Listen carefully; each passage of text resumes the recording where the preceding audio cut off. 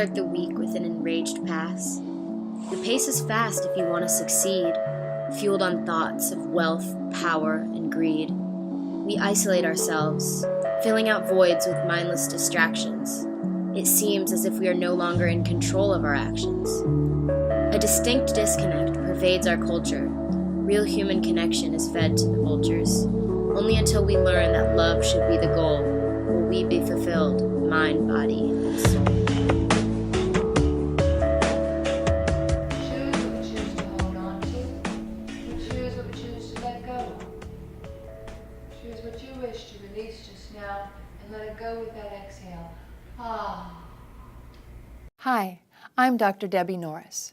I'm the founder and director of the Mindfulness Center in Bethesda, Maryland. I'm also the director of the Psychobiology of Healing program at American University. Mind-body practices are a way of integrating your consciousness with the physical experience. Mind-body therapies are now being established as the evidence-based best practices for the medical standard of care for treatment of chronic pain. And these do include self-care practices such as meditation, yoga, Tai Chi, and Qigong. My personal story begins with my interest in dance and other forms of physical exercise when I was a child. But eventually life got busy and I had my children and put more of my focus on their care than my own care. I was so handicapped that I could not lift my infant son. The only way I could hold him was to lay down on the ground and let him crawl up on top of me. Finally was diagnosed by the chief of internal medicine at Kaiser with fibromyalgia. Walking through the store, I saw Jane Fonda's movie Buns of Steel. And I reflected on being told by my physician that day that I was going to need to get a wheelchair and that I should purchase this wheelchair before I needed it.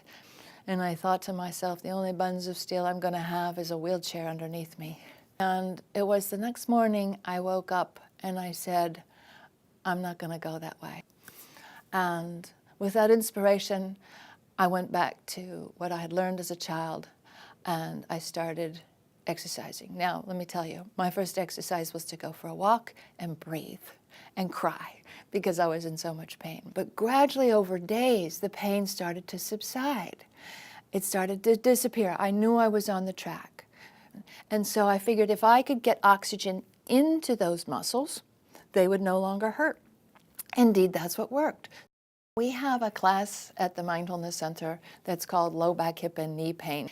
It's a mind-body class for people who are suffering from pain, particularly in the lower body. I came here because I was having back issues, specifically my lower back, my sciatica. I think sitting at a desk, like most people, for 5 days a week, 8-10 hours a day was starting to really hurt my back. I was bedridden after an accident 6 months out of the last 18. I have had a number of people walk out of class after the first, second, or third class and say, I've been in chronic pain for years.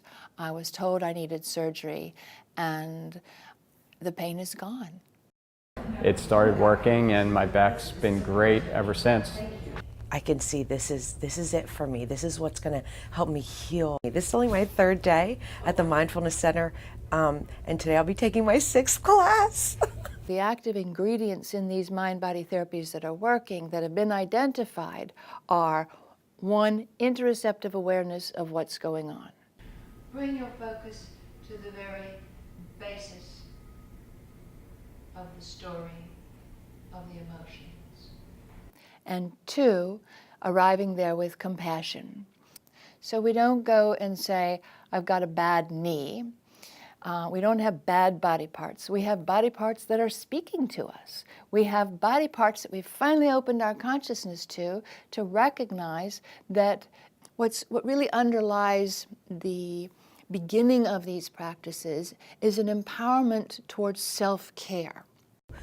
To just be able to take care of myself for the first time in my life is a gift. What unifies all of these different paths that are leading to success in treatment of chronic pain and other chronic conditions. And what I found was it was lifestyle practices. It was personal self-care lifestyle choices, things that we can do for ourselves. Now that we have a research base, an evidence basis, we have the data that shows that these self-care practices work.